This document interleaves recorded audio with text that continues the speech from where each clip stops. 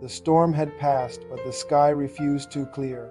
For 3 days, a veil of ash choked the sun, casting a pale, cold light over the plains. Arender and I journeyed east, guided by faint glyphs on salt-crusted monoliths. The world was utterly silent, except for the wind, which sometimes carried whispers that felt chillingly wrong. The shards of the crown, wrapped in cloth in Arendor's satchel, pulsed with an uneven beat like a second flawed heartbeat. He told me they spoke to him in murmurs, and once, in a dream, he saw eyes watching him from cracks in the world. I knew what was happening. "They're calling to you," I said one evening. He nodded grimly. "They show me things." Cities of smoke, faces I almost remember. They were visions, fragments of a forgotten past.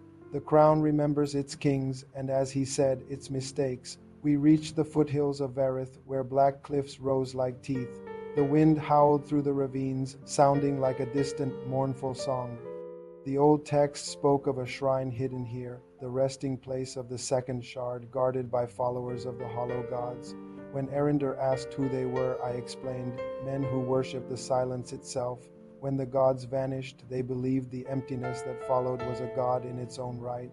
The shrine's entrance was hidden, behind a waterfall of dust. Inside, torches burned with black flame, their smoke sinking instead of rising. The walls were covered in carvings of silent, screaming mouths. Pale-robed figures with cloth-bound eyes stood between them. They didn't attack. One stepped forward. "You bear the crown's scent," he said, his voice like gravel. "We have waited for its heir." I told him we weren't there to join his cult, but he just smiled thinly. "We are the keepers of the hollow word. We remember that silence is mercy." Arender demanded the shard. The keeper's smile faded. "The shard is not ours to give. It rests within the well of echoes, and only one who dares to hear the hollow voice may claim it." When I asked what happened to those who tried, he simply said, "They stop being troubled by questions." He meant they die. Or perhaps, as he suggested, they awaken. Arender declared he would hear it. I tried to stop him, but he was resolute. The gods were stirring, and he couldn't let someone else find the shards first. I saw that same stubborn fire in his eyes, the same fire that led him into the ruins of Karleth. "Then I go with you," I said. The keeper led us deep into the shrine, to the well of echoes, a dark pit humming with a low vibration. When the voice speaks, the keeper warned, "Do not answer. To answer is to surrender." Arender descended into the spiral of steps. The hum grew louder, a vibration in his bones.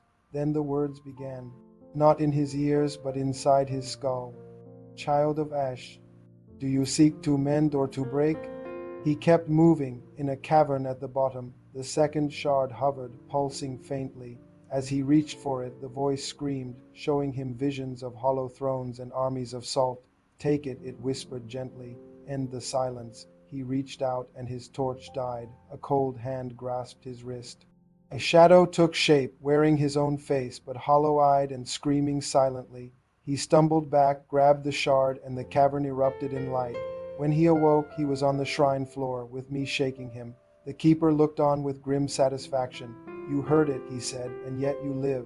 Arender had been accepted by the shard, but the keeper warned he would not sleep easily again. We had one shard left to find, beyond the veil of stone in the mountains of Hereth. We left before dawn, but as we walked, I had to ask what he saw down there. He hesitated, myself, but not me, a version that had no soul. It said the silence was mercy. He didn't believe it, but he understood it. That night, as I slept, I woke to a strange chanting. Arender stood with the shards hovering before him, his eyes black and distant, his lips moving two silent, alien words. The stones around us began to hum.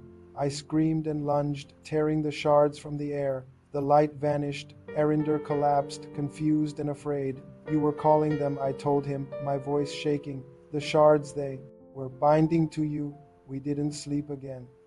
At dawn, a new sound came on the wind. Drums. I climbed a fallen pillar and saw them. Dozens of riders in gold and bone armor, the high priests of Orion. They had seen us. They knew he had the shards. Arender gripped his sword. "Then they'll come for them." I looked at him, then at the dust of the riders rising like smoke on the horizon. "If they succeeded, man would finish what the gods started." "Then let them come," he whispered. Behind him, the shards pulls, faint, hungry, and alive. Thanks for watching this chapter of our tale. If you're captivated by Arendor's journey, make sure to hit that subscribe button and turn on notifications so you don't miss what happens next.